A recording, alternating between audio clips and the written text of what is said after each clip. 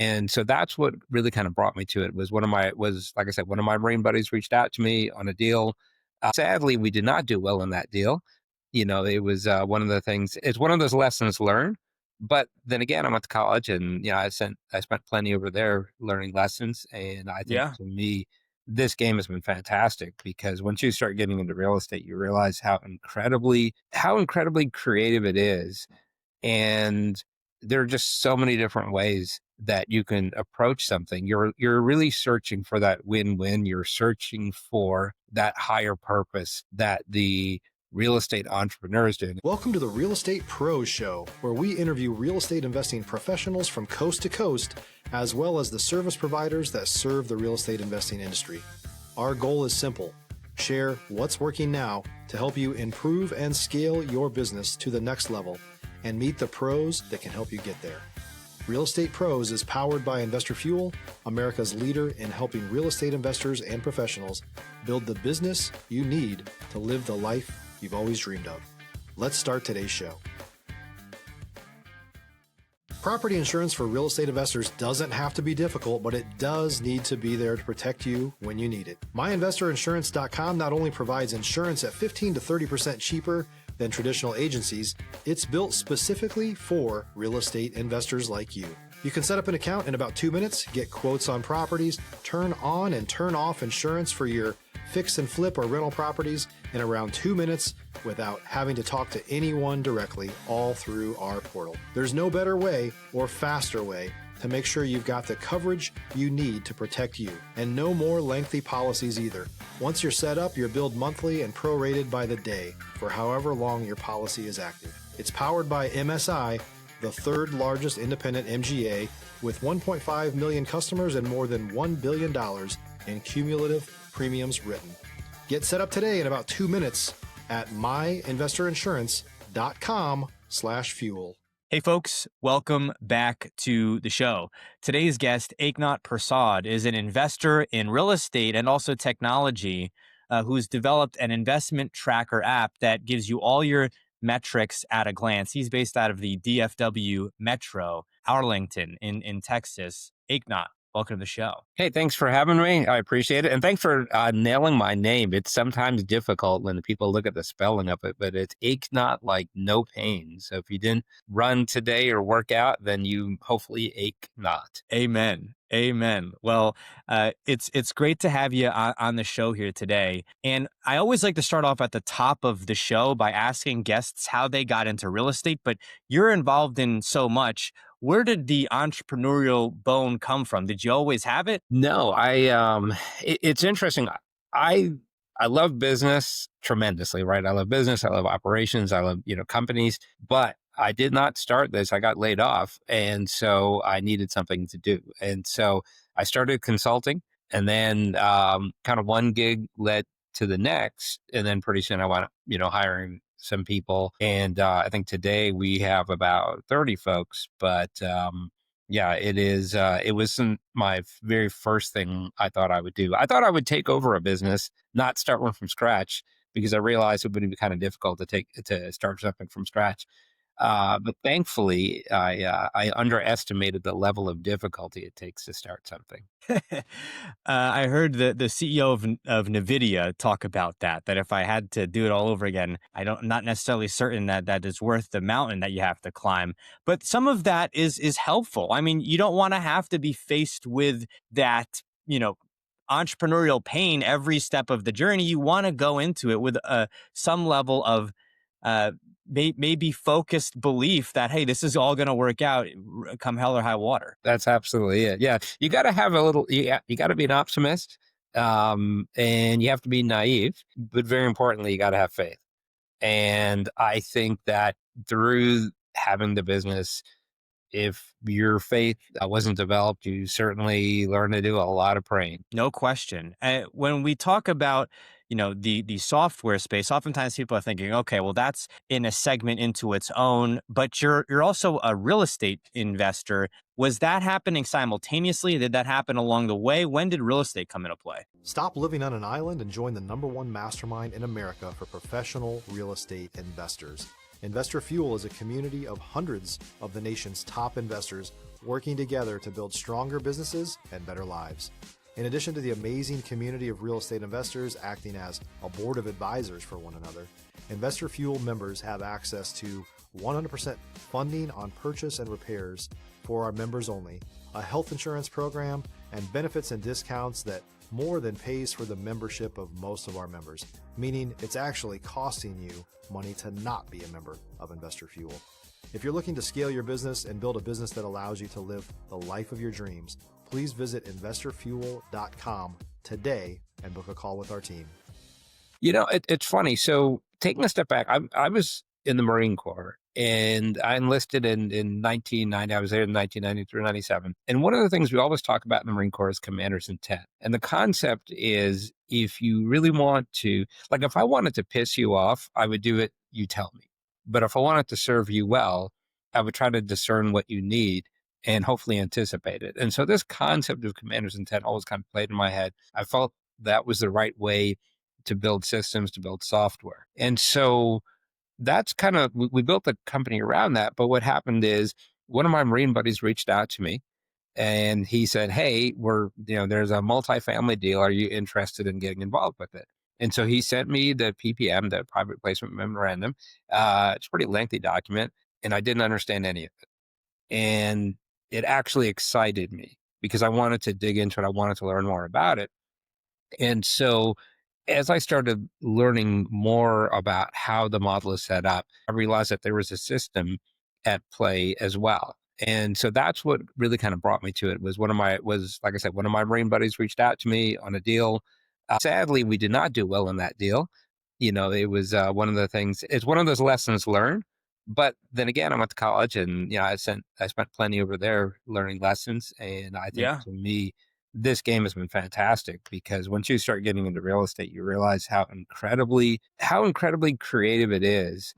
And there are just so many different ways that you can approach something. You're really searching for that win-win. You're searching for that higher purpose that the real estate entrepreneur is doing. And when you're backing that real estate entrepreneur, when you're joining them, you're trying to understand what their commander's intent is. Where are they going with this?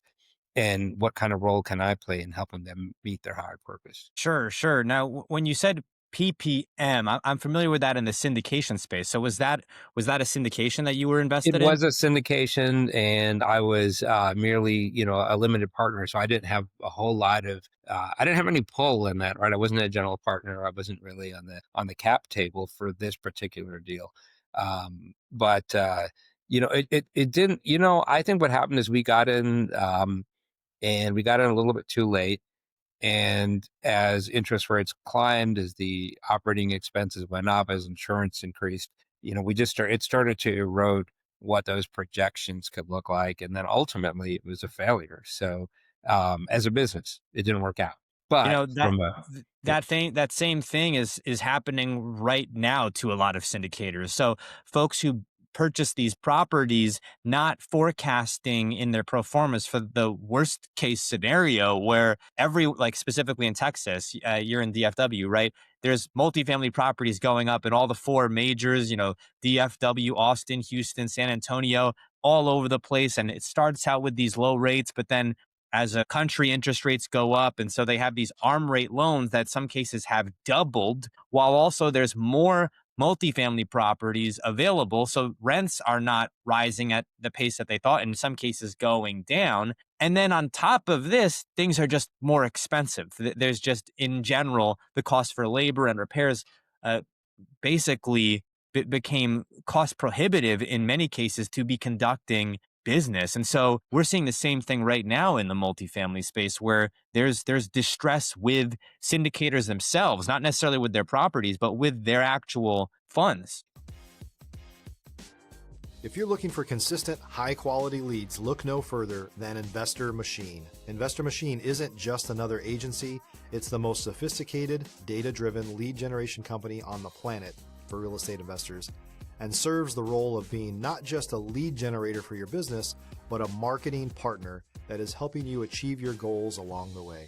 Go to investormachine.com to learn more and schedule a call with our team today.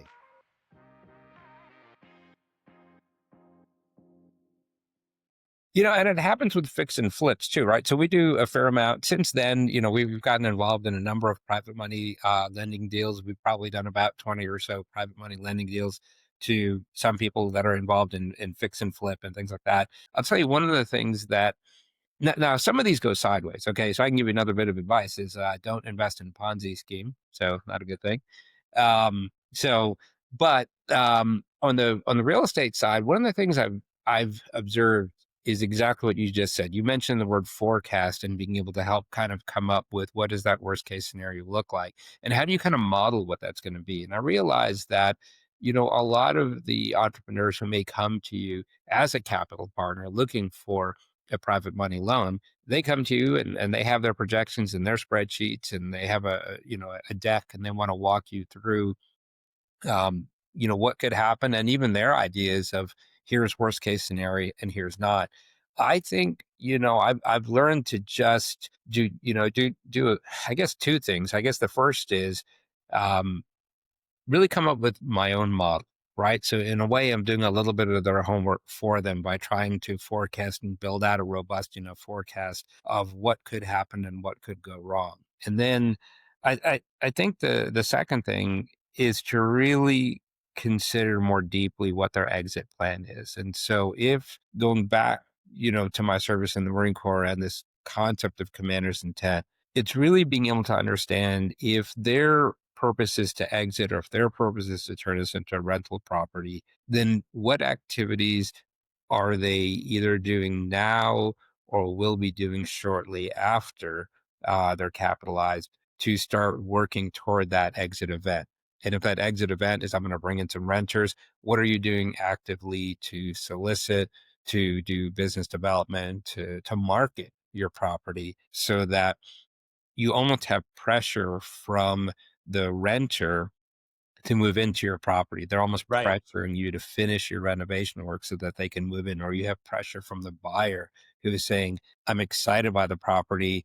I see where you're going and I'm ready, right? I just need you to hurry up and do construction. And what I found is a lot of people who are actually very good at construction, those operators are really focused on that. They come into the business because they're really good operators. They don't necessarily think of themselves as, oh, I'm Investors. selling this property. Yeah. And so they don't put enough treatment on that. And I think it's almost the other way around. It would be better if they focused more on, hey, I'm lining up my buyers, I'm lining up my renters. And oh, by the way, I need to go get this thing renovated. It's a great point because so many times businesses are not vertically integrated with the contractor, with the marketing, with the acquisitions, with the property management, right? And so some of these things it's more difficult to do, but in a lot of cases, and I would also uh, bet, although I'm not a betting man, but if I was, that there were syndicators who probably saw this gold rush, right, from like 2016 timeframe to 2020,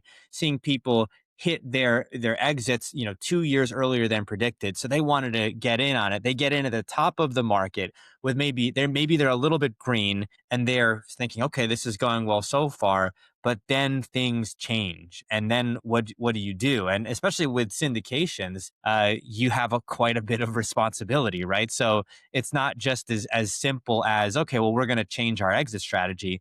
Your investors are banking on you to give them the returns in that time frame. So I've even spoken with a syndication attorney who was a guest on the show about the upsides and the downsides in syndications, and one of those things is that when you do have to pivot, there's a whole bunch of people that are riding on you, and that comes with a lot of liability. So some of these younger syndicators too had to traverse those waters, recognizing that, okay, things are not going well, and that's incredibly difficult. Yeah, you really want to try to.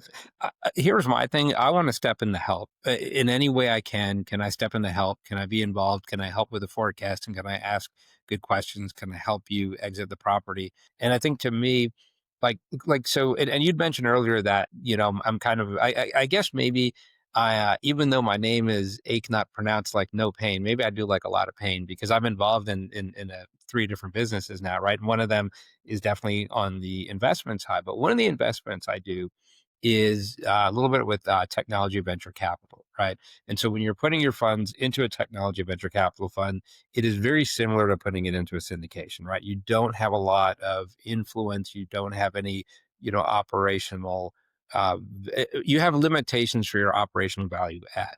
But here's the thing we can do because of the type of businesses that we try to provide some capital toward. They oftentimes have a technology need.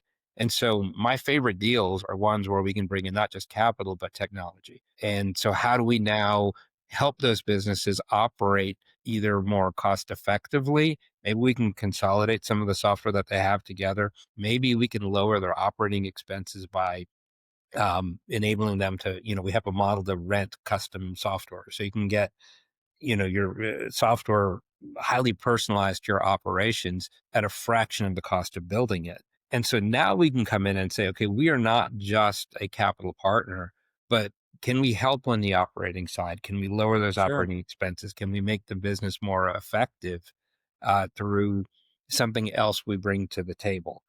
And that to me, those are my favorite deals. If I can kind of bring those worlds together, then I feel like I'm adding some value to as a partner, as a participant in the deal beyond just capital.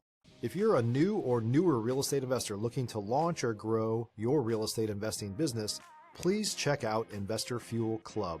It's a coaching community, but unlike anything you've ever seen before. And you can actually partner with members of our mastermind from coast to coast on deals right in your market.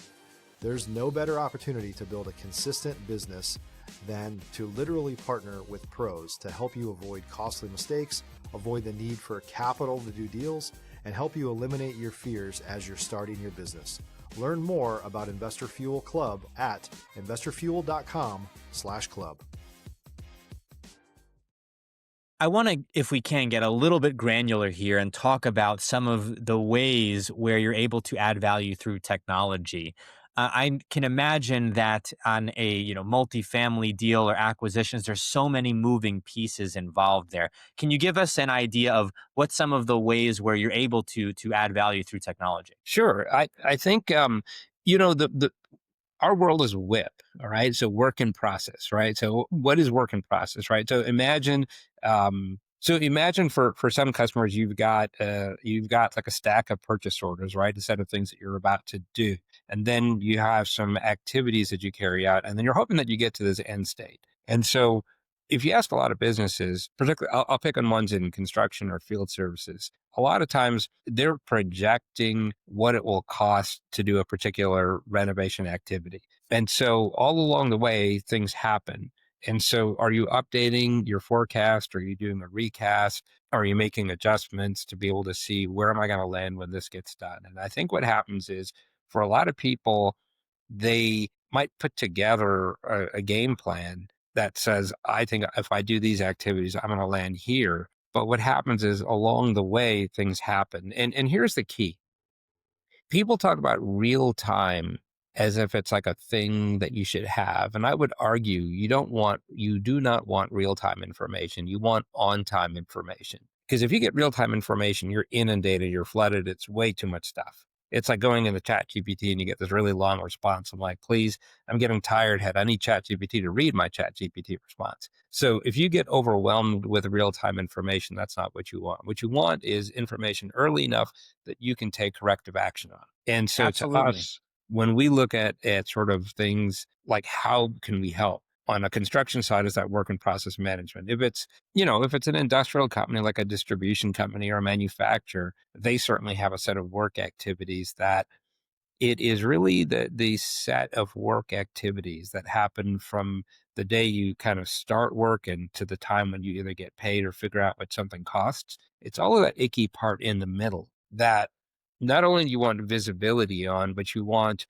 the right time to get information just ahead of when you can course correct. And that I think I saw a lot in the multifamily was that as we were starting to get new information about what insurance is going to go up to, about are we running into a scarcity of labor because, people are not, the same workforce wasn't available to us before. And so these recasts are very important. A lot of times what they were doing is they would just input on their spreadsheets a little bit about, what things did cost. And so you're looking backwards, but you're not looking forward. And that to Yeah. me, really where software kind of can help people out is being able to do these projections going forward. So you can do the recast and say, are we going to land where we expect to land? What's the consequence of us not selling this property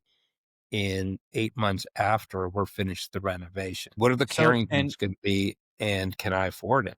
help me see and for our audience, the scope of this. So let's just use an idea. Hey, there's someone who's doing multifamily syndication, several hundred doors. They may be acquiring, or they may be doing a new build. There's so much going on there. You could potentially build a custom solution for them to manage the project, but also manage their projections all under one roof, tailored to them, rather than some one size fits all software solution. Perfect. That's exactly it. Tailor to them. Here's the best part about it is every one of these entrepreneurs who are doing these things, they have a strategy.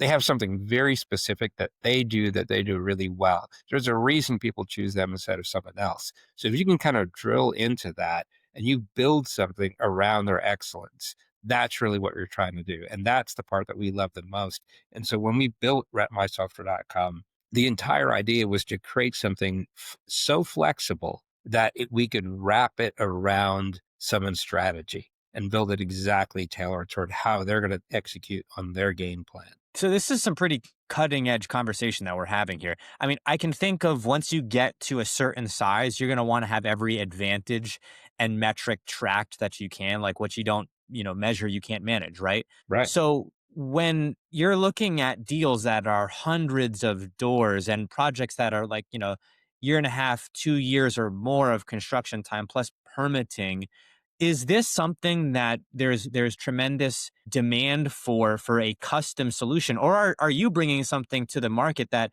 is really fresh, that even the developers and syndicators and fund managers themselves may be using some antiquated strategies, like you mentioned, a spreadsheet, which only shows you what you already know? Right. Right. I think I look at it and say there's two ways to get software to run your operations, right? So the number one thing is, what's your game plan? What's your intent? Where are you going?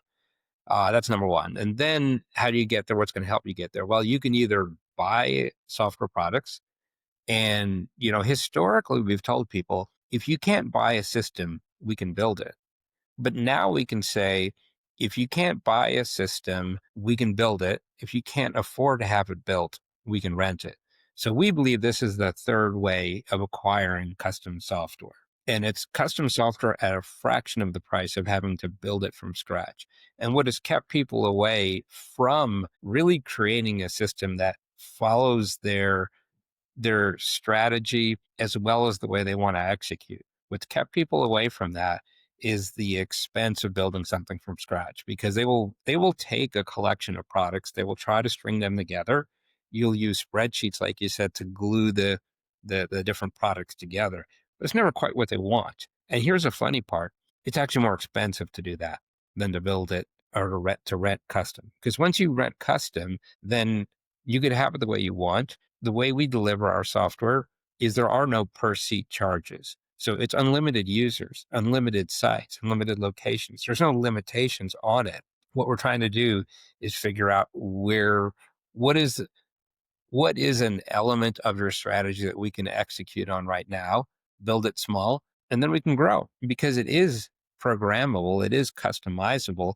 You could start with a small solution, solve a specific problem, and then grow. And so an example of kind of growing would be, hey, now that we are doing this multifamily and we are staging out units, some of these doors are starting to cash flow, some will not. And so now imagine that spreadsheet gets pretty complicated, right? Where you've got some cash flow coming in, you got some cash and cash returns. You're maybe wanting to exit. You want to do a what if analysis. What if I brought in a private money lender, such as ourselves?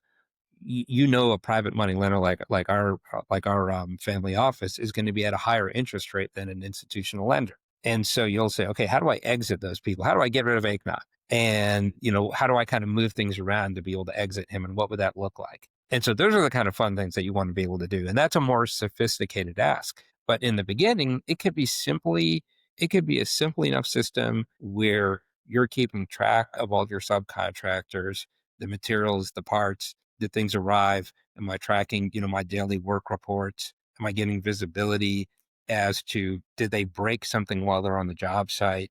Are they kind of, am I paying all my suppliers on time? Things like that. Those are the mundane tasks you can begin with. But as you get more sophisticated with financial projections, now we can have all sorts of fun.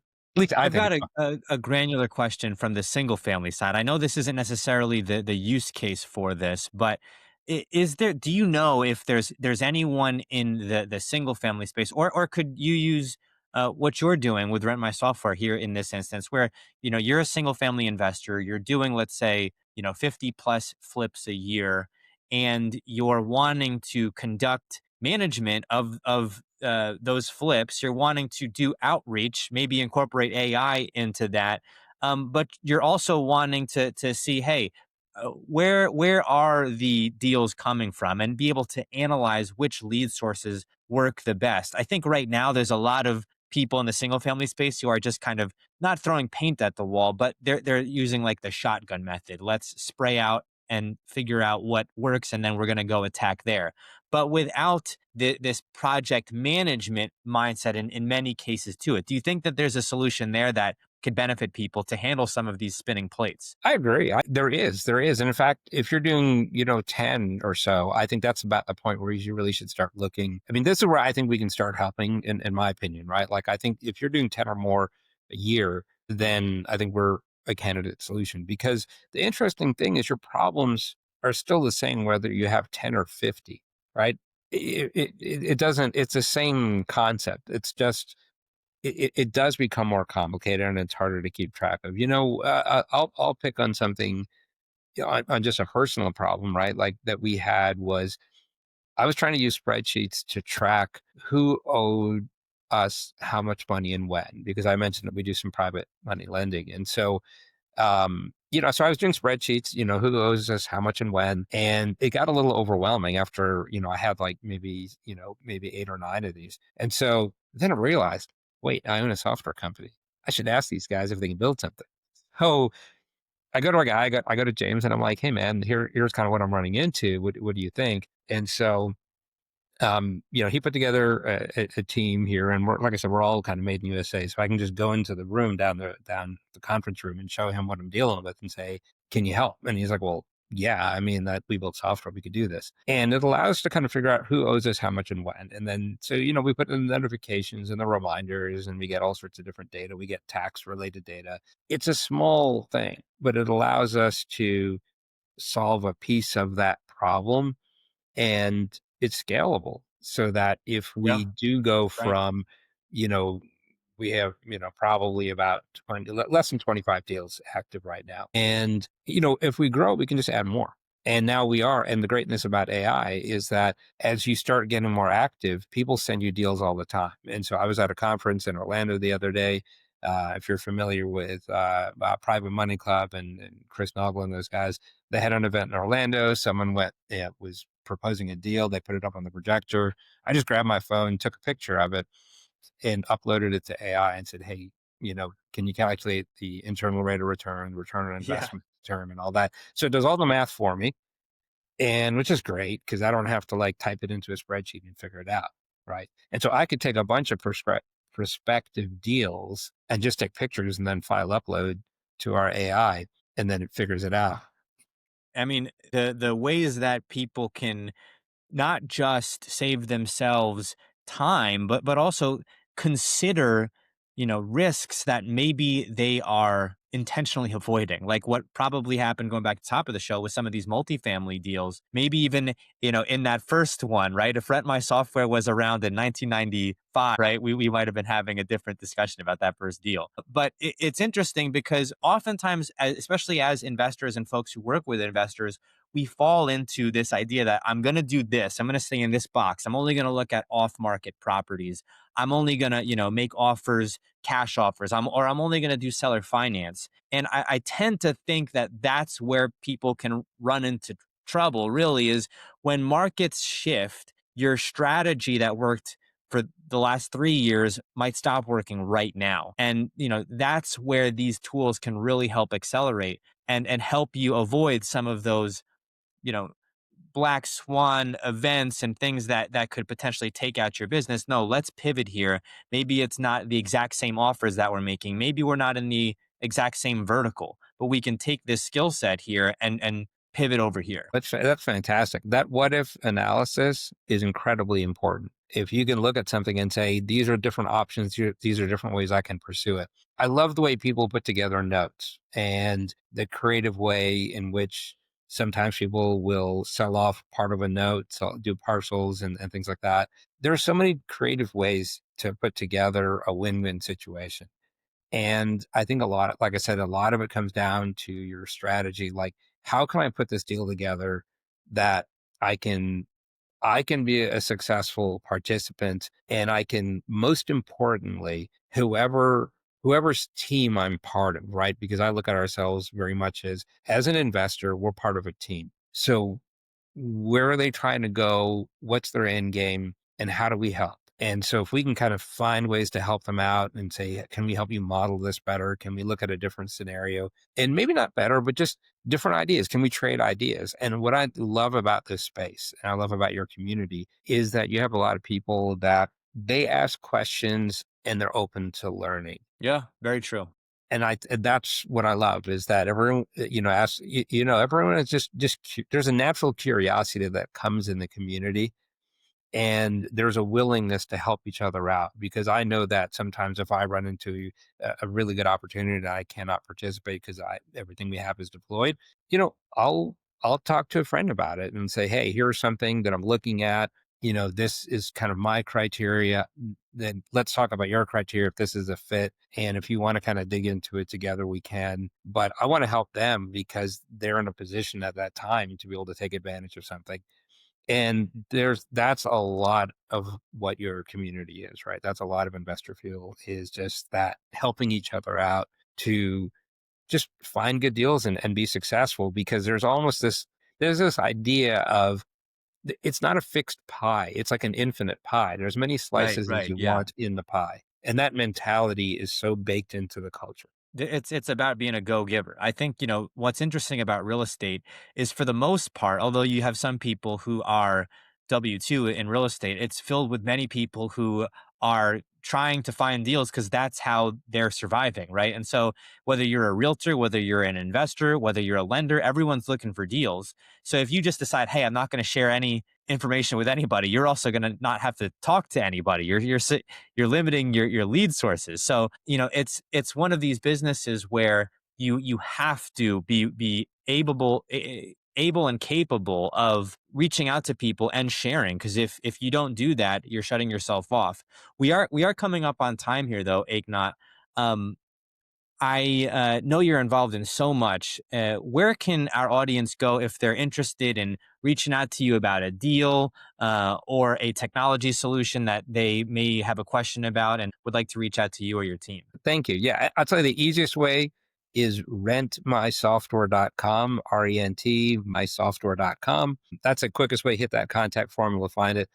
If you go on LinkedIn, my name is spelled somewhat uniquely, so you could just type in that too and find me on LinkedIn. But those are great ways to reach me. And like I said, we've been through a couple of challenges over time, and we're going to continue to have challenges going forward. Anything I've ever learned, I would love to share, so that people can, hopefully it's useful to them. Eknauth, thank you so much for coming on the show here today. Thank you. Appreciate it.